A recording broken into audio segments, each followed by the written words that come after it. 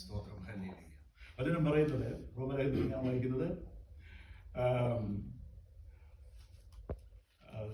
സ്വന്തം പുത്രനെ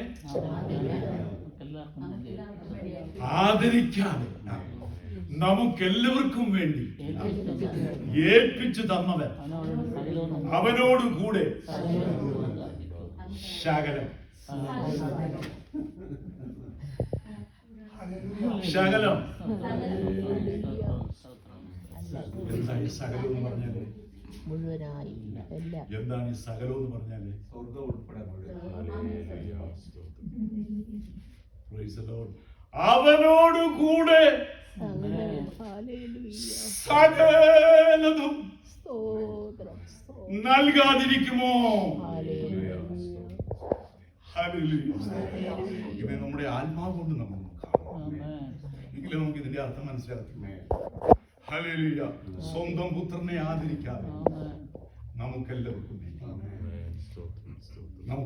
വേണ്ടി സകലമല്ല സകലം നൽകുമെന്നല്ല, നൽകി. ഹല്ലേലൂയ. സ്തോത്രം. നൽകിയതെല്ലാം നമ്മൾ അറിഞ്ഞിട്ടുണ്ടോ എന്നുള്ളതാണ് ഇനി നമ്മൾ ചിന്തിക്കേണ്ടത്. വചനം പറയുകയാണ് ഈ ദൈവത്തിന്റെ വചനത്തിനകത്ത് വള്ളിയെങ്കിലും പുള്ളിയെങ്കിലും മാറ്റമില്ല. ഹല്ലേലൂയ. സ്തോത്രം സ്തോത്രം. അങ്ങനെയാണെങ്കിൽ ഇത് അതുപോലെ വിശ്വസിക്കാൻ കർത്താവേ എനിക്കൊരു ഹൃദയം എഫേസ്യ ലേഖനം 1-ാം അധ്യായത്തിന്റെ 15-ാമത്തെ വാക്യം, അല്ലെങ്കിൽ 14 കൂടെ വേണമെങ്കിൽ വായിക്കും. സ്തോത്രം. തന്റെ സ്വന്തം ജനത്തിന്റെ വീണ്ടെടുപ്പിന് വേണ്ടി തന്റെ മഹത്വത്തിന്റെ പുകഴ്ചയ്ക്കായിട്ട് നമ്മുടെ അവകാശത്തിന്റെ അച്ചാരമായ വാഗ്ദത്തത്തിൽ പരിശുദ്ധാത്മാവിനാൽ മുദ്രയിട്ടിരിക്കുന്നു. അത് നിമിത്തം ഞാനും നിങ്ങൾക്ക് കർത്താവായ യേശുവിലുള്ള വിശ്വാസത്തെയും നമ്മുടെ കർത്താവായ യേശുക്രിസ്തുവിലുള്ള വിശ്വാസത്തെയും സകല വിശുദ്ധന്മാരോടുമുള്ള സ്നേഹത്തെയും കുറിച്ച് കേട്ടിട്ട് നിങ്ങൾക്കുള്ള അത് കേട്ടിട്ട് നിങ്ങൾക്ക് വേണ്ടി ഇടപെടാതെ സ്തോത്രം ചെയ്ത് ഒരു മിനിറ്റ് പെട്ടെന്ന് ആരെ നമുക്ക് പിടിക്കേണ്ടതില്ല.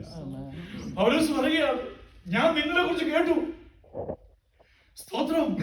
യേശുക്രിസ്തുവിലുള്ള നിങ്ങളുടെ വിശ്വാസത്തെ ഞാൻ കേട്ടു. തന്നെയല്ല, വിശുദ്ധന്മാരോടുള്ള നിങ്ങളുടെ സ്നേഹത്തെ കുറിച്ച് ഞാൻ കേട്ടു.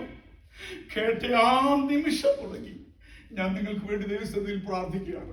കർത്താവേ, അവർക്ക് ഇനി കുറച്ചുകൂടെ ഒന്ന് കാണിച്ചു കൊടുക്കണം. ഹല്ലേലൂയ.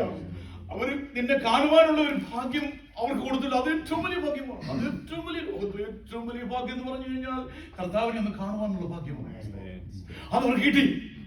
ഇത് കേട്ടു. അത് കഴിഞ്ഞല്ല, അതിന്റെ പരിണിതഫലമായിരിക്കുന്ന വിശ്വാസത്തെ കുറിച്ച് ഞങ്ങൾ കേട്ടു. പിന്നെ സഹോദരന്മാരുള്ള സ്നേഹത്തെ കുറിച്ച് ഞങ്ങൾ കേട്ടു. ഇത് കേട്ട നാൾ തുടങ്ങി എന്റെ പ്രാർത്ഥനയിൽ ഞാൻ എന്ത് ചെയ്യുകയാണ്? നിങ്ങൾക്ക് വേണ്ടി ഇടപെടാതെ ഒരു നിമിഷം ഈ സ്തോത്രം ചെയ്യാന്ന് പറഞ്ഞാൽ എന്താണ്? ഇടപെടാതെ സ്തോത്രം ചെയ്യാന്ന് പറഞ്ഞാൽ എന്താ? നന്ദി പറയാ. എന്ത് പറയുന്നത്? ഓക്കെ, നന്ദി പറയുന്നു. 2 പേരെ പറയുന്നു നന്ദി പറയുന്നത്. 3 വേറെ എത്ര പേരുണ്ട്? അത് അതിനോട് കൂടെ ഉള്ളവരെ നന്ദി പറയുന്നുള്ളത് മാത്രം. കാരണം ഇതെന്താന്ന് നമുക്കൊന്ന് അറിയണം. ഇത് അറിഞ്ഞില്ലെങ്കിൽ നമുക്ക് മനസ്സിലാകത്തില്ല. എന്താണ്? വേറെ എന്തെങ്കിലും ആശയമുണ്ടോ? ഈ സ്തോത്രം എന്ന് പറഞ്ഞാൽ എന്താ? അതാ നമുക്ക് മനസ്സിലാക്കുന്നത്. Very simple. എന്താണ്? മഹത്വപ്പെടുത്തുക, നന്ദി പറയുക, പിന്നെ ആ വെരി വാക്കിന്റെ അർത്ഥം തന്നെ എന്താണ്? ഒരു പ്രാർത്ഥനയാണ്. നിങ്ങൾ പറയുന്നത് തെറ്റെന്നോ ഒന്നും അല്ല ഞാൻ പറയുന്നത്. നിങ്ങളുടെ മനസ്സിനകത്ത്, ആത്മാവിനകത്ത് ഇതൊന്ന് നിക്ഷേപിക്കണം. സ്തോത്രം. ഹല്ലേലൂയ. നന്ദി. ഇന്ന് നമ്മൾക്ക് അർപ്പിക്കാൻ ഒക്കുന്നത് ഒന്ന് മാത്രമേ ഉള്ളൂ. നന്ദി മാത്രം പറയുക. പിതാവിന് നന്ദി അർപ്പിക്കുകയാണ്. എബ്രായലേഖനത്തിൽ 13-ാം അധ്യായത്തിൽ പറയുന്നുണ്ട്, അവന്റെ നാമത്തെ ഏറ്റുപറയുന്ന അധരഫലം സ്തോത്രയാഗം. ഇന്ന് നമ്മൾക്കൊരു യാഗം അർപ്പിക്കേണ്ടതായിട്ടുണ്ട്. ആ യാഗം സ്തോത്രയാഗമാണ്. എന്തിനാണ് സ്തോത്രയാഗം? ആർക്കാണ് കൊടുത്ത് സ്തോത്രയാഗം പറയുന്നത്? ദൈവത്തിന് സ്തോത്രയാഗം നന്ദി പറയുകയാണ്. ഹല്ലേലൂയ, സ്തോത്രം സ്തോത്രം സ്തോത്രം, നന്ദി പറയുകയാണ്. നന്ദി പിതാവിനോട്. പിതാവേ, സ്വന്തം പുത്രനെ ആദരിക്കാതെ നീ എന്നെ സ്നേഹിച്ചതുകൊണ്ട് നീ അവനെ എനിക്ക് വേണ്ടി നൽകി തന്നല്ലോ എന്ന് ഓർത്തുകൊണ്ട് നന്ദി പറയുകയാണ് പിതാവ്. അവന്റെ നാമത്തിന് മഹത്വം ഉണ്ടാകാൻ. ഹല്ലേലൂയ. അപ്പൊ ഇന്ന് നമുക്ക് പറയേണ്ടതാണ് നന്ദി പറയുകയാണ്. പൗലോസ് പറയുകയാണ് എന്ത്? നിങ്ങളുടെ വിശ്വാസത്തെ കുറിച്ച് ഞാൻ കേട്ടു, തമ്മിലുള്ള സ്നേഹത്തെ കുറിച്ച് ഞാൻ കേട്ടു. ഇത് കേട്ടപ്പോൾ ഞാൻ നിങ്ങളെ ഓർക്കുമ്പോൾ എന്റെ പ്രാർത്ഥനയിൽ ഞാൻ നിങ്ങൾക്ക് വേണ്ടി എന്ത് ചെയ്യുകയാണ്? ദൈവത്തിന് എന്താന്ന് പറയും. എന്നിട്ട് പിന്നീട് കാര്യങ്ങൾ പറയുന്നുണ്ട്. നിങ്ങൾക്ക് വേണ്ടി ഇടപെടാതെ സ്തോത്രം ചെയ്ത് എന്റെ പ്രാർത്ഥനയിൽ നിങ്ങളെ ഓർത്തും കൊണ്ട്. ഇടപെടാതെ സ്തോത്രം ചെയ്യുന്നു, പ്രാർത്ഥനയിൽ ഓർക്കുന്നു. പിന്നെ നമ്മുടെ കർത്താവായ യേശുക്രിസ്തുവിന്റെ ദൈവവും മഹത്വമുള്ള പിതാവുമായവൻ നിങ്ങൾക്ക് തന്നെ കുറിച്ചുള്ള പരിജ്ഞാനത്തിൽ. അടുത്ത സീരിയസ് വിഷയത്തിലേക്ക് കയറുകയായി. എന്താണ്? തന്നെ കുറിച്ചുള്ള പരിജ്ഞാനത്തിൽ, ജ്ഞാനത്തിന്റെയും വെളിപ്പാടിന്റെയും ആത്മാവിനെ തരേണ്ടതിനും. ജ്ഞാനത്തിന്റെയും വെളിപ്പാടിന്റെയും ആത്മാവിനെ കൊടുക്കണമേ. സ്തോത്രം സ്തോത്രം. ആരാ പ്രാർത്ഥിക്കുന്നത്? പൗലോസ്. മൂന്നാം സ്വർഗം വരെ കയറി വരും. ദൈവീക വെളിപ്പാടിന്റെ കടമറകളെ എല്ലാം അത് അതിന്റെ നിലയിൽ കണ്ട ദൈവഭക്തൻ പറയുകയാണ്. അല്ലെങ്കിൽ ഒന്നും കൂടെ ചിന്തിക്കാം. എന്നെ കാണിച്ച ആ വെളിപ്പാട് ഇവരെ കൂടെ ഒന്ന് കാണിക്കണമേ, ഇവരുടെ ഹൃദയങ്ങളൊന്ന് തുറന്നു കൊടുക്കണമേ കർത്താവേ. ഹല്ലേലൂയ. ഞാൻ കണ്ട, എന്നെ കാണിച്ച ആ വലിയ മർമ്മങ്ങൾ, പല വിഷയങ്ങളാ മർമ്മങ്ങളുണ്ട്. അത് ഇവരെ ഒന്ന് കാണിച്ചു കൊടുക്കണം. അതിനു വേണ്ടി എന്ത് ചെയ്യണം? കാണിച്ചു കൊടുക്കണം. ആത്മാവിനെ തരേണ്ടതിനും നിങ്ങളുടെ ഹൃദയദൃഷ്ടി പ്രകാശിപ്പിച്ചിട്ട്. പക്ഷേ ഇത് കാണണമെങ്കിൽ എന്ത് ചെയ്യണം? The eye of your understanding being enlightened, that you may know. ഇത് ചുമ്മാ കാണാൻ ഒക്കെയില്ല. ലോകജ്ഞാനം കൊണ്ട് ഇത് കണ്ടുപിടിക്കാൻ ഒക്കത്തില്ല. ലോകത്തിന്റെ അറിവ് കൊണ്ട് കണ്ടുപിടിക്കാൻ ഒക്കത്തില്ല. ഇത് ദൈവം കൊടുത്താലേ ഒക്കത്തുള്ളൂ. അത് ദൈവം തന്നെ ആത്മാവിനാൽ ഹൃദയത്തിന്റെ ദൃഷ്ടി തുറക്കണം. The eye of your understanding being enlightened, that you may know. What is the purpose? What is the hope of his calling? അവന്റെ വിളിയുടെ അവന്റെ എന്താ വിളിച്ചിരിക്കുന്നതിനുള്ള കാര്യം നമുക്കൊന്ന് കാണണമെങ്കിൽ പ്രാർത്ഥനയാണ്. വേദപതിനെ കുറിച്ച് പറഞ്ഞിരിക്കുന്നത് 3-ാം അധ്യായം തുടങ്ങി 14-ാം അധ്യായത്തും വരെയുള്ളതായ 202 ഗ്രീക്ക് വാക്കുകൾ കൊണ്ട് ഒരു സെന്റൻസിൽ നിർത്തിയിരിക്കുകയാണ് ഈ കാര്യം. എന്നിട്ട് പറയുകയാണ് എന്താ? ഒന്ന് കാണണമെങ്കിൽ ഹൃദയത്തിന്റെ ദൃഷ്ടി പ്രകാശിക്കണം. ഹൃദയ ദൃഷ്ടി പ്രകാശിച്ചാൽ മാത്രമേ കർത്താവിലൂടെ നമുക്ക് ദൈവം തന്നിട്ടുള്ളത് കാണാനൊക്കത്തുള്ളൂ. പിന്നെ അതിനൊന്നും പറയാം, വിളിയാലുള്ള ആശയും. പിന്നെ അവന്റെ വിളിയാലുള്ള ആശ ഇന്നതെന്നും വിശുദ്ധന്മാരിൽ അവന്റെ അവകാശത്തിന്റെ മഹിമാതനം ഇന്നതെന്നും. വിശുദ്ധന്മാരിൽ അവന്റെ അവകാശം. ഈ അവകാശം എന്ന് പറയുമ്പോൾ പെട്ടെന്ന് അതിൽ വരുന്നു, ഈ അവകാശം ചുമ്മാ കിട്ടുന്ന അവകാശമല്ല. അവകാശം എങ്ങനെ കിട്ടാനൊക്കത്തുള്ളൂ? എങ്ങനെ കിട്ടത്തുള്ളൂ? മക്കൾക്ക് മാത്രമേ എന്തുള്ളൂ? അവകാശമുള്ളൂ. അല്ലാത്തവർക്കെല്ലാം എന്താണ്? അല്ല, ജോലി ചെയ്യുന്നവർക്ക് കൂലി. അവർക്ക് കൂലി.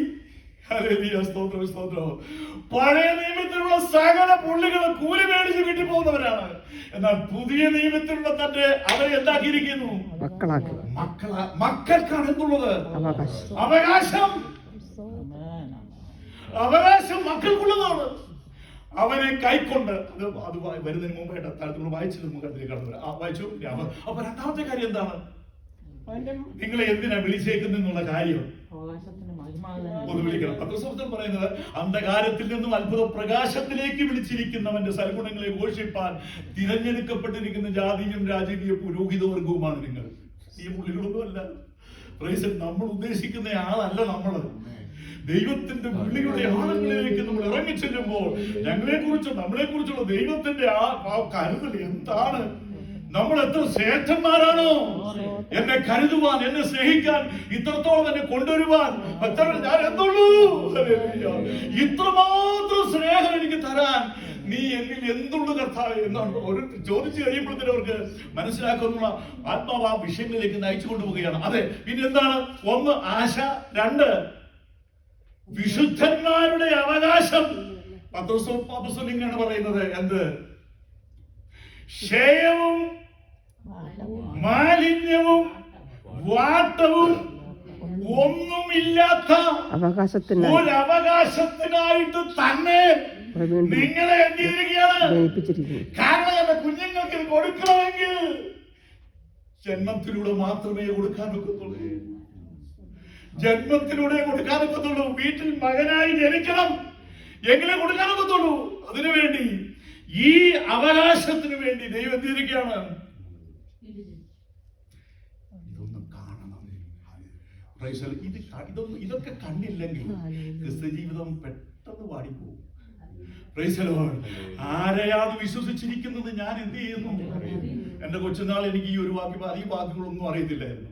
ഈ ഒരു വാക്യം കൊണ്ട് ഞാൻ ഒരു 15 വർഷം പിടിച്ചിരുന്നു ആത്മജീവിതത്തിൽ. എന്ത് സാഹചര്യം വന്നു കഴിഞ്ഞാൽ അവിടെയൊക്കെ ഞാൻ പറയും, ഞാൻ ആരെ വിശ്വസിച്ചിരിക്കും, ഞാൻ അറിയുന്നവനെ ഉപദേശിയാണ് അവസാനം വരെ കാക്കുവാൻ ശക്തനെ ഞാൻ ഉറച്ചിരിക്കുന്നു. പിന്നെ ഞാൻ എപ്പോഴും പറയുന്ന ഒരു വാക്കിയുടെ അർത്ഥം അന്ന് മനസ്സിലായിട്ടില്ല, ചുമ്മാ പറയുന്നതാ. എനിക്കതിനെങ്കിലും അതൊന്നും മനസ്സിലായിട്ടൊന്നും പോലും ഇല്ലെങ്കിൽ പറയുന്നു, ഞാൻ ആകുന്ന കൃപയാലാകുന്നു. ഇതെന്താണെന്ന് എനിക്ക് പറഞ്ഞപ്പോൾ മനസ്സിലായി പോലും ഇല്ല. പ്രൈസ് ദി ലോർഡ്, ഹല്ലേലൂയ, സ്തോത്രം. എന്നാൽ ഇത് കേൾക്കുന്ന പുള്ളിക്ക് മനസ്സിലാവും, നമുക്ക് മനസ്സിലായില്ലേ? Praise the Lord, hallelujah. അവർ ഇവിടെ പറയുകയാണ്, അവകാശത്തിന്റെ മഹിമാധനം എന്തെന്ന് നിങ്ങളൊന്ന് ഗ്രഹിക്കണം. Praise the Lord, hallelujah. പിന്നെ ഒരു കാര്യം കൂടെ പറയാനുണ്ട്. പിന്നെ അവന്റെ ബലത്തിൻ വലുപ്പത്തിന്റെ വ്യാപാരത്താൽ വിശ്വസിക്കുന്ന നമുക്ക് വേണ്ടി വ്യാപരിക്കുന്ന അവന്റെ ശക്തിയുടെ അളവറ്റ വലിപ്പം ഇന്നതെന്നും നിങ്ങൾ അറിയേണ്ടതിനും പ്രാർത്ഥിക്കുന്നു. രണ്ടാമത്തെ വിഷയം, വിശ്വസിക്കുന്ന നമുക്ക് വേണ്ടി വ്യാപരിക്കുന്ന ദൈവ ശക്തി, അവന്റെ വിശ്വസിക്കുമ്പോൾ വ്യാപരിക്കുന്ന ഒരു അദൃശ്യ ശക്തി പുറകെ നടന്നു. വിശ്വസിക്കുന്നവർക്ക് വേണ്ടിയാണ് ഇത് തുറക്കത്തുള്ളൂ. വിശ്വസിക്കുന്നവർക്ക് വേണ്ടി, സ്തോത്രം, വിശ്വസിക്കുന്നവർക്ക് വേണ്ടി. ഗലാത്യർക്കകത്ത് അപ്പോസ്തലനായ പൗലോസ് ഒരു കാര്യം പ്രയോഗിച്ചിരിക്കുന്നുണ്ട്, ഞാൻ ഒരു കാര്യം മാത്രം നിങ്ങളോട് അറിയാൻ ആഗ്രഹിക്കുന്നു, നിങ്ങൾക്ക് ആത്മാവിനെ നൽകി നിങ്ങളുടെ ഇടയിൽ വീര്യപ്രവൃത്തികൾ ചെയ്തവൻ ന്യായപ്രമാണത്തിന്റെ പ്രവൃത്തിയാലോ വിശ്വാസത്തിന്റെ പ്രസംഗം കേട്ടതിനാലോ,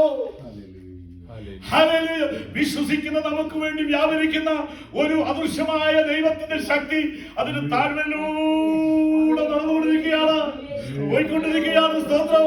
ഇത് വിശ്വസിക്കുന്നവർക്ക് വേണ്ടി വ്യാപരിക്കും. സ്തോത്രം, സ്തോത്രം. അവന്റെ വസ്ത്രത്തിന്റെ തൊങ്ങലിലെങ്കിലും ഒന്ന് തൊട്ടാൽ പറഞ്ഞുണ്ടായത് ഒരുപാട് ഓപ്പോസിഷൻ പ്രതികൂലമാണ്. ഇങ്ങനെ പോയിക്കൊണ്ടിരിക്കുന്ന എന്നെ ആരോ ശക്തി എന്നിൽ നിന്ന് എന്ത് ചെയ്തു? ശക്തി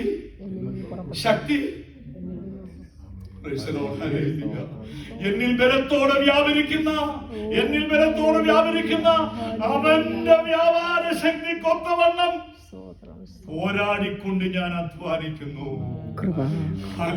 സ്തോത്രം, സ്തോത്രം, സ്തോത്രം.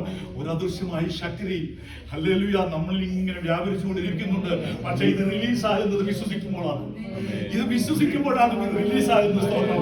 അല്ലെങ്കിൽ ഇത് വർഗീയത്തില്ല. സ്തോത്രം, സ്തോത്രം, സ്തോത്രം. നമ്മുടെ വിഷയങ്ങളിന്മേൽ, നമ്മുടെ ആവശ്യങ്ങളിന്മേൽ, നമ്മുടെ സാഹചര്യങ്ങളിന്മേൽ നമ്മൾ വിശ്വസിക്കുമ്പോൾ നമ്മൾ അറിയത്തില്ല ഒരു ശക്തി പുറപ്പെട്ടുകൊണ്ടിരിക്കുകയാണ്. കർത്താവ് പറയുകയാണ്, ശക്തി എന്നിൽ നിന്ന് പുറപ്പെട്ടു. എവിടെയാണ് നിന്റെ വിശ്വാസം? നിന്റെ വിശ്വാസം നിന്നെ രക്ഷിച്ചിരിക്കുന്ന. സ്തോത്രം. അപ്പോൾ വിശ്വസിക്കുന്ന നമുക്ക് വേണ്ടി വ്യാപരിക്കുന്ന ദൈവത്തിന്റെ ശക്തി ശക്തി തന്നെയല്ല, ശക്തിയുടെ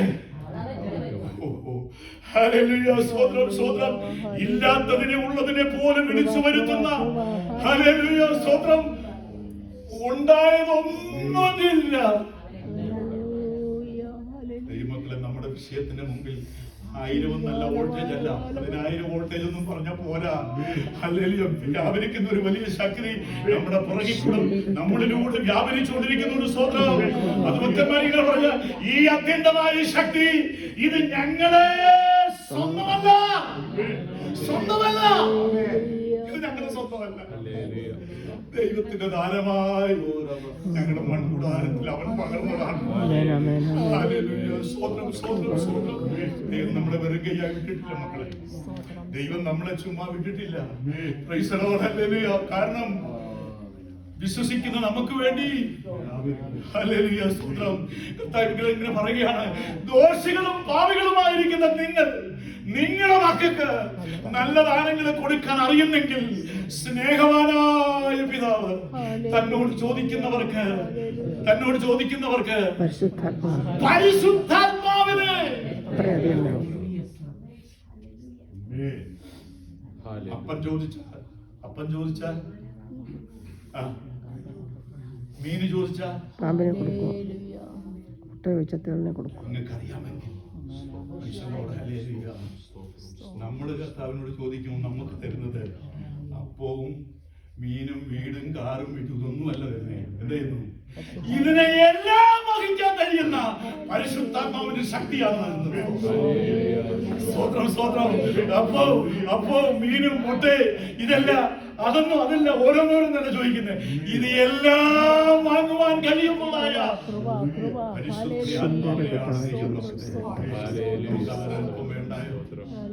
അതിലൽപ്പം നമുക്ക് നമ്മുടെ ജീവിതത്തിലേക്ക് നമുക്ക് വിശ്വാസത്തിൽ പ്രാപിച്ചെടുക്കുന്നതായോ, വിശ്വസിക്കുന്ന നമുക്ക് വേണ്ടി വ്യാപരിക്കുന്ന ദൈവത്തിന്റെ അത്യന്തമായ ശക്തി. ഹല്ലേലൂയ, സ്തോത്രം.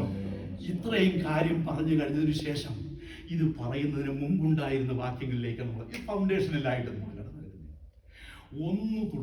3 തുടങ്ങി താഴേക്ക് 14 വരെയുള്ള വാക്യങ്ങൾ അക്ഷരികമായി വളരെ ശാന്തമായിട്ട് നമ്മൾ വായിച്ചാൽ ഞാനത് ഓരോന്നോരോന്നായി നിങ്ങളോടൊന്ന് പറഞ്ഞാനേ ഒക്കത്തുള്ളൂ. ആ വായിച്ചു കേട്ടില്ല, ഇങ്ങനെയാണ് നമുക്ക് കാണേണ്ടിയായിത്തീരുന്നത്. ബ്ലസ്സഡ്, ഇതിൽ 4ാമത്തെ വാക്യം 4ാമത്തെ വാക്യം ഒന്ന് വായിച്ചു, ജസ്റ്റ് ഒരെണ്ണം മാത്രം. നാം തന്റെ സന്നിധിയിൽ വിശുദ്ധരും നിഷ്കളങ്കരും ആകേണ്ടതിന് അവൻ ലോകസ്ഥാപനത്തിന് മുമ്പേ നമ്മെ അവനിൽ തിരഞ്ഞെടുത്തു. ലോകസ്ഥാപനത്തിന് മുൻപ് അതെപ്പോഴാണെന്നറിയാമോ? ലോകസ്ഥാപനത്തിന് മുൻപ് നമ്മെ അവനിൽ തിരഞ്ഞെടുക്കുകയും ഈ തിരഞ്ഞെടുപ്പ് എന്ന് നടന്നതാണ്. Praise the Lord, hallelujah. എഫെസ്യർ 3-ാമത്തെ 9-ാമത്തെ വാക്യത്തിൽ ഒരു വാക്യമുണ്ട്, സ്തോത്രം. സകലവും സൃഷ്ടിച്ച ദൈവത്തിൽ അനാദികാലം തുടങ്ങി മറഞ്ഞുകിടന്ന മർമ്മത്തിന്റെ വ്യവസ്ഥ ഇന്നതെന്ന് പ്രകാശിപ്പിക്കാനുമായി എനിക്ക് ഈ കൃപ ലഭിച്ചിരിക്കുന്നു. എന്താണ് ഈ പറഞ്ഞു വരുന്നത്? ലോകം ഉണ്ടായിട്ടുള്ളെങ്കിൽ പിന്നെയും പറയും, കുഴപ്പമില്ല. ലോകം ഉണ്ടായപ്പോഴാണ് ആദിയിൽ ആദിയിലാണില്ലേ? എന്നാൽ ഇവിടെ പറയുന്ന ആദിയല്ല, അനാദികാലം തുടങ്ങി. അനാദികാലം ദൈവഹൃദയത്തിന്റെ മനസ്സിൽ, ഹൃദയത്തിനകത്ത് മറഞ്ഞു കിടന്ന മർമ്മത്തിന്റെ വ്യവസ്ഥ ഇന്നതാണെന്ന് ഞങ്ങൾക്ക് വെളിപ്പെടുത്താൻ കൃപയാൽ ഞങ്ങൾക്ക് ഭാഗ്യം ലഭിച്ചു, കൃപയാൽ ഞങ്ങൾക്ക് ഭാഗ്യം ലഭിച്ചു എന്നാണ് പറഞ്ഞിരിക്കുന്നത്. അങ്ങനെയാണെങ്കിൽ ലോകസ്ഥാപനത്തിന് മുമ്പ് ക്രിസ്തുയേശുവിൽ നമ്മൾ എന്ത് ചെയ്തിരിക്കുന്നു? നമ്മുടെ തെരഞ്ഞെടുപ്പ് നമ്മൾ ഉണ്ടായതാണ്. ഈ വലിയ പിക്ചറിലേക്കാണ് പരിശുദ്ധാത്മാവ് എഫെസ്യ ലേഖനത്തിലെ വിശുദ്ധന്മാരെ കയറ്റുവാൻ ആഗ്രഹിക്കുന്നത്. തിരഞ്ഞെടുത്തു. ഇനി അടുത്ത വാക്യം, തിരഞ്ഞെടുപ്പിന്റെ ആഴം അവിടെ ഉണ്ട്. പിന്നെ തിരുഹിതത്തിന്റെ പ്രസാദപ്രകാരം യേശുക്രിസ്തു മുഖാന്തരം നമ്മെ ദത്തെടുക്കേണ്ടതിന് അവൻ പ്രിയനാവനിൽ നമുക്ക് സൗജന്യമായി നൽകിയ തന്റെ കൃപാമഹത്വത്തിന്റെ പുകഴ്ചയ്ക്കായി, തന്റെ കൃപാമഹത്വത്തിന്റെ തന്റെ പ്രിയനായവനിൽ നമുക്ക് സൗജന്യമായി എങ്ങനെ നൽകിയിരിക്കുന്നു? സൗജന്യമായി. ഈ സൗജന്യം എന്ന് പറയുമ്പോൾ ഞാനൊരു ഒരു കാര്യം അതൊന്ന് പറഞ്ഞെന്ന് മനസ്സിലാക്കട്ടെ. നീതി എന്ന് പറയുന്നത് നീതീകരിക്കപ്പെടുന്നതിന് വേണ്ടിയാണ് ആക്ച്വലി പഴയ നിയമം മുഴുവനും പരിശ്രമിച്ചുകൊണ്ടിരിക്കുന്നത്. ഇരുന്നോട് നീതിമാൻ ദൈവത്തിൽ ഒരു കുറ്റമില്ലാത്ത എന്നെ ഒന്ന് നീക്കി, അതാ നീതിമാനാകാന്ന് പറഞ്ഞാൽ ദൈവത്തിന് നിൽക്കാൻ കഴിയും. അതെന്താണ് പറയുന്നത്? ചെയ്ത് നീതിമാനാകണമെന്നാണ് പറയുന്നത് ന്യായപ്രമാണത്തിൽ. എന്നാൽ ഇവിടെ പറയുന്നത് എന്താണ്? വിശ്വാസത്താലുള്ള നീതിയോ ഈ വണ്ണം പറയുന്നു. അത് ഞാൻ അങ്ങോട്ട് വരാം. എന്നാൽ ഇവിടെ ഭാഗം രണ്ടാമത്തെ ഭാഗം എന്ന് പറഞ്ഞാൽ ചോസൻ അഭിനയ്. പിന്നെ നമ്മൾ വായിച്ച സമയം കാരണം ഞാനത് പറയാം, അങ്ങനെയാണെങ്കിൽ മനസ്സിലാവും. പിന്നെ നമ്മൾ പതുക്കെ പോയി വാക്കി വായിച്ചോ ബാക്കി മുഴുവനും ഓരോന്നോട് ശ്രദ്ധിച്ച് വായിച്ച ഇതെല്ലാം അതിനകത്ത് കിടപ്പുണ്ട്. Blessed, chosen, holy, blameless, predestined, adopted, accepted, redeemed, forgiven, graced, given revelation, united with Christ, heirs, purposed, hope, sealed, guaranteed inheritance with the seal of the Holy Spirit. എന്ത് ദൈവം ഇതെല്ലാം എന്ത് ചെയ്തിരിക്കുകയാണ്? ലോകസ്ഥാപനത്തിന് മുമ്പ് ക്രിസ്തുവേശുവിലൂടെ നമുക്ക് നൽകി തന്നിരിക്കുകയാണ്. Praise the Lord, hallelujah. എന്തിനു വേണ്ടി? നാം അവന്റെ സന്നിധിയിൽ വിശുദ്ധരും നിഷ്കളങ്കരും ആകേണ്ടതിന്. ഇനി നമുക്കൊരു കാര്യം, ഒരു വാക്യം യെശയ്യാ പ്രവചനം, നമുക്ക് അറിയാവുന്ന വാക്യം, ഇതൊന്നും അറിയത്തില്ല കാര്യം, അറിയാവുന്ന കാര്യം തന്നെയാണ്. 53-ാം അധ്യായത്തിന് 5, 6, 7 വാക്യം വായിച്ചു. നിങ്ങൾക്ക് അറിയാവുന്ന കാര്യം തന്നെയാണ്, അറിയത്തില്ലാത്തതൊന്നും. എന്നാൽ അവൻ നമ്മുടെ അതിക്രമങ്ങൾ നിമിത്തം മുറിവേറ്റും നമ്മുടെ എങ്ങനെയാണ് വായിച്ചത്? എന്നാൽ അവൻ നമ്മുടെ അതിക്രമങ്ങൾ നിമിത്തം നമ്മുടെ അതിക്രമങ്ങൾ നിമിത്തം എന്ത് ചെയ്തിരിക്കുന്നു? മുറിവേറ്റു. നമ്മുടെ അകൃത്യങ്ങൾ നിമിത്തം തകർന്നിരിക്കുന്നു. നമ്മുടെ സമാധാനത്തിനായുള്ള നമ്മുടെ അവിടെ അതാണ് വിഷയം. നമ്മുടെ സമാധാനത്തിനായുള്ള ശിക്ഷ അവന്റെ മേലായി, അവന്റെ അടിപ്പിണരാൽ നമുക്ക് സൗഖ്യം വന്നിരിക്കുന്നു. അവന്റെ അടിപ്പിണരുകളാൽ നമുക്ക് രോഗസൗഖ്യവും വന്നിരിക്കുന്നു. Praise the Lord, hallelujah. ഇതിനകത്ത് ഞാൻ പറയാൻ ഉദ്ദേശിക്കുന്ന കാര്യം എന്ന് ചോദിച്ചു കഴിഞ്ഞാൽ, ഇതെല്ലാം ഏത് ടെൻസിലാണ് എഴുതിയിരിക്കുന്നത്? ചോസൻ, ബ്ലെസ്സഡ്, ബ്ലെസ്സഡ്, പിന്നെ സീൽ. അതിന്റെ 7-ാമത്തെ വാക്യം വായിച്ചു. തന്നെത്താൻ താഴ്ത്തി വായ തുറക്കാതിരുന്നിട്ടും അവൻ പീഡിപ്പിക്കപ്പെട്ടു, കൊല്ലുവാൻ അവനിൽ in whom we have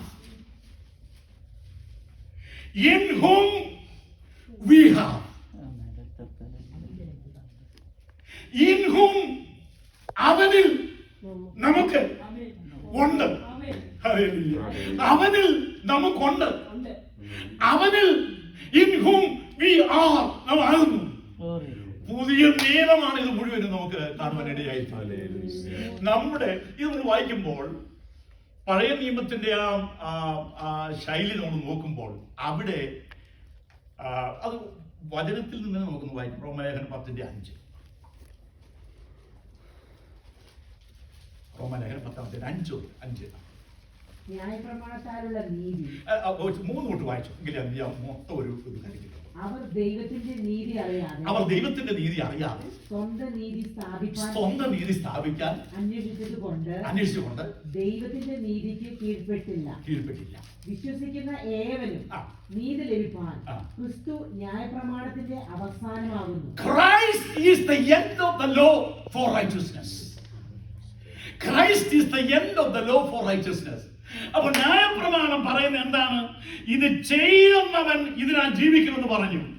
1500 വർഷം ന്യായപ്രമാണത്തിനകത്ത് ജീവിച്ച ആ മനുഷ്യനിൽ ഒരു പുള്ളിക്ക് പോലും 100% പെർഫെക്റ്റ് ആയി ചെയ്ത് ദൈവത്തിന്റെ നീതി ആകാൻ കഴിയാതിരുന്നത് കൊണ്ട് ദൈവം പറഞ്ഞു, ഞാൻ എന്റെ വഴികൾ അറിഞ്ഞില്ലല്ലോ, ഞാൻ നിങ്ങളോട് പറഞ്ഞു നിങ്ങൾക്ക് അനുസരിക്കാൻ അബ്രഹാമിനോട് പറഞ്ഞപ്പോൾ തന്നെ പറഞ്ഞു, ഒരു ആടിനെയൊക്കെ കൊണ്ടുവന്ന് ദൈവം അവനുമായി സംസാരിച്ചുകൊണ്ടിരിക്കുക. പക്ഷെ അവർക്കൊന്നും എന്ത് ചെയ്തിട്ടില്ല, പിടികിട്ടിയില്ല. കല്ലുണ്ട്, പാറയുണ്ടായിരുന്നു, അവിടെ നിന്ന് വെള്ളം പുറപ്പെട്ടത്. പൗലോസ് അതെല്ലാം എടുത്ത് ഗലാത്യയിൽ കൊണ്ടുവന്നത് വിളിച്ച് നമുക്ക് തരുന്നത്. അത് ഇവർക്കൊന്നും എന്ത് ചെയ്യും, ദൈവം പറഞ്ഞത് സങ്കീർത്തനത്തിൽ ഇങ്ങനെ പറയാം, അയ്യോ എന്റെ ജനം എന്റെ വാക്ക് കേൾക്കുകയും എന്റെ വഴികളിൽ നടക്കുകയും ചെയ്തിരുന്നുവെങ്കിൽ കൊള്ളാമായിരുന്നു. എന്റെ കൈ അവരുടെ ശത്രുക്കളുടെ നേരെ ഞാൻ തിരിക്കുമായിരുന്നു. മേഖലമായ കോപം കൊണ്ട് ഞാൻ അവരെ എന്ത് ചെയ്യുമായിരുന്നു, തൃപ്തി വരുമായിരുന്നു. എന്നാൽ ഇവർ എന്റെ വഴിയെ അറിയാത്തവർ. അവരിങ്ങനെ നിൽക്കുകയാണ്. ഈ ഇതായിട്ടുള്ള കാര്യമൊന്നും ഞങ്ങൾക്ക് വില കൊടുക്കാതെയുള്ള പരിപാടികളൊന്നും വില കൊടുത്തിട്ട് മതി എന്ന് പറഞ്ഞ് അവരെ നീക്കുകയാണ്. സ്തോത്രം. ദൈവം മാറി എന്ന് പറഞ്ഞു, ഓക്കെ ചെയ്ത് രക്ഷപ്പെട്ടു, ചെയ്തു. ഇങ്ങനെ ചെയ്തിട്ട് ഒരാൾക്കും കഴിയാതെ നിന്ന് കഴിഞ്ഞപ്പോൾ കരുണാസമ്പന്നനായ ദൈവം, when the fullness of time come, when the fullness of time come, കാലസമ്പൂർണ്ണതയിൽ when the fullness of time come, God sent his son. എന്തിനു വേണ്ടി? നമ്മളെ കൊണ്ട് കഴിയാത്തത് കൊണ്ട്. നമ്മളെ കൊണ്ട് കഴിയുന്നില്ല. റോമാലേഖനം 8:3 പറയുന്നു, ന്യായപ്രമാണത്തിന് കഴിയാഞ്ഞതിനെ സാധിക്കും.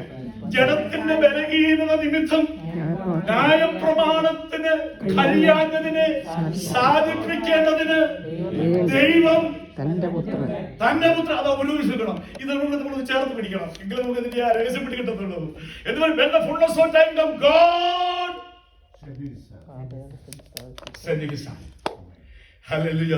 സ്തോത്രം. ബോൺ ഓഫ് എ വുമൺ, സ്ത്രീയിൽ നിന്ന് ജനിച്ചവനായിട്ട് വരണം. എന്തിനു വേണ്ടിയാണ്? ദൈവമായിട്ട് വന്ന പരിപാടി നടക്കത്തില്ല. വചനം ന്യായപ്രമാണം എന്താ പറയുന്നത്? ചെയ്യുന്നവൻ അതിനാൽ ജീവിക്കും. ചെയ്യാൻ കഴിയാതിരിക്കുന്നത് കൊണ്ട് ചെയ്യാൻ കഴിയാത്ത മനുഷ്യന്റെ അവസ്ഥയിൽ ദൈവം വരണം. എങ്കിൽ മാത്രമേ എന്റെ ജനം, എന്റെ തന്റെ മക്കൾ ജഡരക്തങ്ങളോട് കൂടിയവരാകൊണ്ട് അവനും അവരെ പോലെ ജഡരക്തങ്ങളോടുകൂടിയവരാകുവാൻ ആവശ്യമായി വന്നു. 2:7 പറയുന്നത് അങ്ങനെയാണ്. ഹീബ്രൂസ് അതുകൊണ്ട് പറയാണ്, സ്ത്രീയിൽ നിന്ന് ജനിച്ചവനായിട്ട് വന്നു. അതുകൊണ്ട് പോരാ, ന്യായപ്രമാണത്തിന് കീഴുള്ളവനായിട്ട് വന്നു. അതിനകത്ത് പറഞ്ഞിരിക്കുന്നത് മുഴുവനും വള്ളിമുള്ളില്ലാതെ ചെയ്തിരിക്കണം. ഹല്ലേലൂയ. സ്തോത്രം. നമുക്ക് കഴിഞ്ഞില്ല. കാരണം ആദാം നമ്മളെ ആ പരുവത്തിലാക്കി കളഞ്ഞു, വീഴ്ത്തിക്കളഞ്ഞു. പക്ഷെ ഇവൻ, ഹല്ലേലൂയ സ്തോത്രം, എന്താണ്? ന്യായപ്രമാണത്തിന് കഴിയാഞ്ഞതിനെ സാധിപ്പിക്കേണ്ടതിന് വേണ്ടി ദൈവം തന്റെ പുത്രനെ പാപജനത്തിന്റെ സാദൃശ്യത്തിൽ, ആ വാക്യം തിയോളജിക്കലി വാല്യുവേറ്റ് ചെയ്യേണ്ടതാണ്. പാപജനത്തിന്റെ സാദൃശ്യത്തിലും പാപനിമിത്തവും അയച്ചു. എന്നിട്ട് എനിക്ക് കഴിയാത്തതിനെ ആ നിയമത്തിന്റെ മുമ്പിൽ അവൻ ഇരുത്തി. ഹല്ലേലൂയ. സ്തോത്രം. ഏറ്റവും താഴ്ന്നവനായിട്ട്, അല്ലേ? ഞാനിങ്ങനെ പലപ്പോഴും വിചാരിച്ചിട്ടുണ്ട്, നമ്മളൊക്കെ എത്രയോ ശ്രേഷ്ഠന്മാർ കർത്താവുമായിട്ട് ബന്ധിച്ചു നോക്കുക. നമ്മളാരും സുതൂട്ടി പിറന്നവരല്ല, വഴിയരികിൽ പിറന്നവരൊന്നും അല്ല. ഹല്ലേലൂയ. സ്തോത്രം. ഈ ലോകത്തിലെ ലീസ്റ്റ് ഓഫ് ദ ലീസ്റ്റ്, അവന് പോലും ഇവനിൽ ഒരു വീണ്ടെടുപ്പിന്റെ കാര്യം കിട്ടണമെന്ന് വിചാരിച്ചുകൊണ്ട് സകല മഹിമയും അവിടെ കഴിഞ്ഞു. സകല മഹിമയും വെടിഞ്ഞവൻ ദൈവത്തോടുള്ള സമത്വം മുറുകെ പിടിച്ചോളാണെന്ന് വിചാരിക്കാതെ വണ്ണം ദാസരൂപമെടുത്തു. വേഷത്തിൽ മനുഷ്യനായി തന്നെ താഴ്ത്തി. എവിടം വരെ? ക്രൂശിലെ മരണത്തോളം അനുസരണമുള്ളവനായി തീർന്നു. എന്തിനു വേണ്ടി? നമ്മൾക്ക് സബ്സ്റ്റിറ്റ്യൂട്ട് ആകണമെങ്കിൽ അങ്ങനെ ആയോ? There is no way. സ്നാനപ്പെടുന്ന സമയത്തിലേക്ക് യോഹന്നാൻ, വേണ്ട, പറ്റത്തില്ല, നിന്നാൽ ഞാനാണ് സ്നാനമേൽക്കേണ്ടത്, പറ്റിയല്ല. യോഹന്നാനെ, ഇപ്പോൾ സമ്മതിക്ക, ഇങ്ങനെ സകല നീതിയും Praise the Lord. Hallelujah. സ്വർഗീയ പുസ്തകത്തിൽ എഴുതിയിരിക്കുന്ന നീതിയുടെ 1, 2, 3 എന്ന് പറയുന്ന കാര്യങ്ങളുണ്ട്. അത് മുഴുവനും സൈൻ ഓഫ് ചെയ്യണം. ഒന്നിനും വിട്ടുവീഴ്ച വരുത്താൻ പറ്റത്തില്ല. ഞാനിത് പറയുമ്പോൾ യോഹന്നാന്റെ സുവിശേഷം 19 അധ്യായത്തിന്റെ 30-ാമത്തെ വാക്യത്തിൽ ഒരു പ്രത്യേക ഒരു വാക്യമുണ്ട്. ആ വാക്യത്തോട് 28 ഒന്ന് വായിക്കാൻ നന്നായിരിക്കും. സ്തോത്രം. അത് ഞാൻ വിചാരിക്കുകയാണ്, ഒന്നും വിട്ടുകളയാൻ പാടില്ല. അത് പൂർണ്ണമായി നിവർത്തിച്ചെങ്കിലേ നമ്മുടെ സബ്സ്റ്റിറ്റ്യൂട്ട് ആകാൻ അവനൊക്കെയുള്ളൂ. Price the Lord. നമുക്ക് തുല്യമെന്നാൽ മാത്രമേ, അങ്ങനെയാണെങ്കിൽ മാത്രമേ ഒരു കൂട്ടം ജനത്തെ ജനിപ്പിക്കാനൊക്കത്തുള്ളൂ. അതൊന്ന് വായിച്ചു. അതിനുശേഷം സകലവും തികഞ്ഞിരിക്കുന്നു എന്ന് യേശു അറിഞ്ഞിട്ട്, അത് കഴിഞ്ഞതിന് ശേഷം സകലവും തികഞ്ഞിരിക്കുന്നു എന്ന് യേശു അറിഞ്ഞിട്ട്, സകലവും തികഞ്ഞിരിക്കുന്നു എന്ന് യേശു അറിഞ്ഞു. നമ്മളെ വചനമൊക്കെ എത്ര ലാഘവത്വത്തോടുകൂടിയാണ് നമ്മൾ പലപ്പോഴും ഒന്ന് വിട്ടുകളയുന്നത്. സ്തോത്രം. ന്യായപ്രമാണ പുസ്തകത്തിന്റെ ചാപ്റ്ററുകൾ ഓരോന്നോരോന്നായി താൻ കടന്നു പോകുകയാണ്. സ്തോത്രം. ക്രൂശിന്റെ മുകളിൽ വെച്ചുകൊണ്ട് 2 കൈകൾ വിരിക്കപ്പെട്ടവനായി താൻ അവിടെ നിൽക്കുന്ന പ്രത്യേക അവസരത്തിൽ ഇങ്ങനെ നോക്കി, എന്റെ മക്കളെ വീണ്ടെടുക്കുന്നതിന് വേണ്ടി ശത്രു ഇനി അവകാശമായി കൊണ്ടുവരുവാൻ എന്തെങ്കിലും ഞാൻ നിവർത്തിക്കേണ്ടതായിട്ട് വിട്ടുപോയിട്ടുണ്ടോ ഉണ്ടോ എന്ന് നോക്കി ആ ഉൽപ്പത്തി തുടങ്ങി പ്രമാണം മുഴുവനും തന്റെ മനസ്സിലൂടെ ഇങ്ങനെ പകർന്നു പോയിക്കൊണ്ടിരിക്കുമ്പോൾ എല്ലാം നിവർത്തിയായി എന്ന് അവന്റെ മനസ്സിൽ കണ്ടു. നിവർത്തിയായി എന്ന് 28-ാം വാക്യം ഒന്നുകൂടെ വായിച്ചു. അതിനുശേഷം സകലവും തികഞ്ഞിരിക്കുന്നു എന്ന് യേശു അറിഞ്ഞിട്ട്, സകലതും തികഞ്ഞിരിക്കുന്നു എന്ന് യേശു അറിഞ്ഞു. തിരുവെഴുത്ത് നിവൃത്തിയാകുമെന്നും, ഇങ്ങനെ സകല നീതിയും നിവൃത്തിയാകേണ്ടത് ആവശ്യം.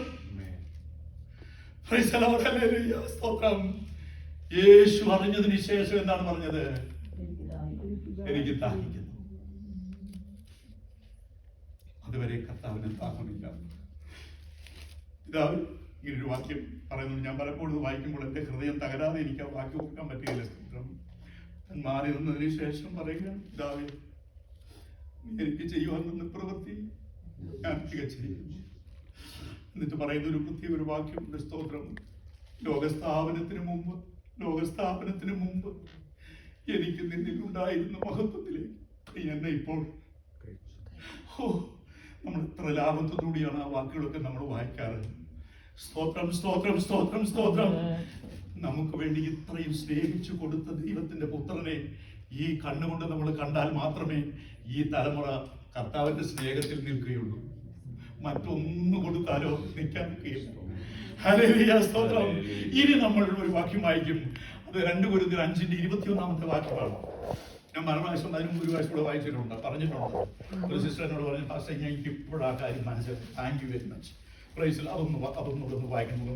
നമ്മുടെ ഹൃദയത്തിലേക്ക് ഒന്ന് കടന്നു വരട്ടെ. എന്താണ് പാപമറിയാത്തവനെ നാം അവനിൽ ദൈവത്തിന്റെ നീതിമാനാകേണ്ടതിന് അവൻ നമുക്ക് വേണ്ടി പാപം ആക്കി. ഇംഗ്ലീഷിലാണ് ആ വാക്യം ഒന്നുകൂടെ വളർന്നു. He made him, hallelujah, who knew no sin. So that is He made him who knew no sin to be sin on my behalf. Praise the Lord, hallelujah. എനിക്ക് പകരമായി എന്റെ കർത്താവ് എന്ത് ചെയ്യുകയാണ്? പാപമാക്കി. So that അടുത്താണ് എനിക്ക് സന്തോഷം. We might become the righteousness of God in him. നമ്മളെ നീതിമാനാക്കുവാൻ നമ്മുടെ കർത്താവ് കടന്നുപോയ പാതയാണ് നമ്മൾ കാണാനിടയായിത്തീരുന്നത്. Praise the Lord, hallelujah. ഞാനിങ്ങനെ പലപ്പോഴും എന്റെ കർത്താവ് ഇത് നല്ലൊരു വഴി ഞാൻ പറഞ്ഞുതരാം. ഇത്രയും അവന്റെ കായും കാര്യം കൂടെ കേട്ടി അങ്ങോട്ട് മിണ്ടാതിടം പറ്റത്തില്ല. നീതിയുടെ മുമ്പിൽ ഇത് കാര്യം ചെയ്യണം. അല്ലെങ്കിൽ അവൻ നമ്മൾ പിന്നെയും നാളെ വരും, നീതി പറഞ്ഞുകൊണ്ട് വരും. എന്റെ കർത്താവേ, എന്റെ ഉള്ളിൽ ഒരു ചെറിയ ചിന്ത വന്നതല്ലേ ഉള്ളൂ. അത്യുന്നതന്റെ സമനോട് എന്റെ സിംഹാസനം ഇരിക്കുമെന്നുള്ള ഒരു ചിന്ത വന്നപ്പോൾ ഇരിക്കുന്നു അവന്റെ സിംഹാസനത്തെ അടിച്ച് ദൈവം താഴെ ഇട്ടു. നീ എനിക്കൊരു 2 സെക്കൻഡ് ചാൻസ് അവൻ പറയാൻ പാടില്ല. Price the Lord. അവന്റെ വായ അടയ്ക്കുന്നതിന് വേണ്ടി ദൈവത്തിന്റെ പുത്രൻ ഈ നമുക്ക് തുല്യമായി വരണം, നമുക്ക് തുല്യമായി ജീവിക്കണം, നമുക്ക് തുല്യമായി എല്ലാത്തിലും തുല്യനാകണം. എങ്കിൽ മാത്രമേ ഹല്ലേലൂയ സ്തോത്രം ഇത് ദൈവനീതിയുടെ മുമ്പിൽ ഇത് ചിലവാകുകയുള്ളൂ. ഹല്ലേലൂയ. എന്നിട്ട് പിന്നെ എന്തിരിക്കുന്നു? നാം അവനിൽ ദൈവത്തിന്റെ നീതി. ഹല്ലേലൂയ. മുമ്പേ പാട്ടിന്റെ ആ ഒരു ചരണം ഒന്ന് നമുക്കൊന്ന് പാടാം, ഒരു ജസ്റ്റ് ഒന്ന് വായിക്കാം. ആ സമയം ഇനിയുണ്ട്, ഞാൻ നിന്നിട്ടൊന്നുമില്ല, 12 മണി വരെ ഉണ്ട്. സമയം പോകുന്നുള്ള കാര്യത്തിൽ എന്താ പറഞ്ഞു? പാപവും ശാപവും രോഗവും നീങ്ങി ഞാൻ